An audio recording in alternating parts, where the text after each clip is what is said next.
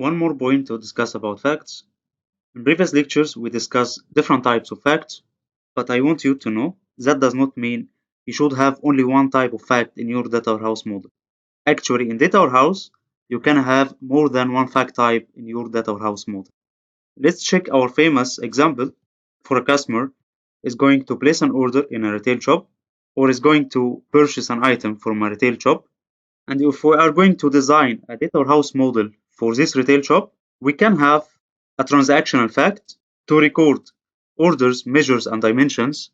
So whenever a customer purchased an item from a retail shop, we will insert a record in this transactional fact, and we will put all details of orders like measures and dimensions. If one of decision makers or one of business owners needs to see a weekly summary for our orders, so we can design a periodic snapshot fact to read data from transactional fact table and aggregate it over a week timeline and insert it in this periodic table. And any report or any dashboard can read directly from this periodic snapshot fact table. And let's say we need to track order status, starting from order place date to order confirmation date till delivery or shipment date.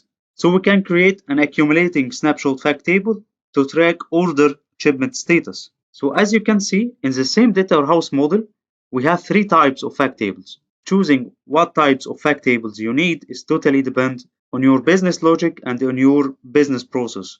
So by this example, we see that in the same data warehouse model, we can have more than one fact table, and it totally depends on your design for the data warehouse model and based on the requirement you receive to design this model.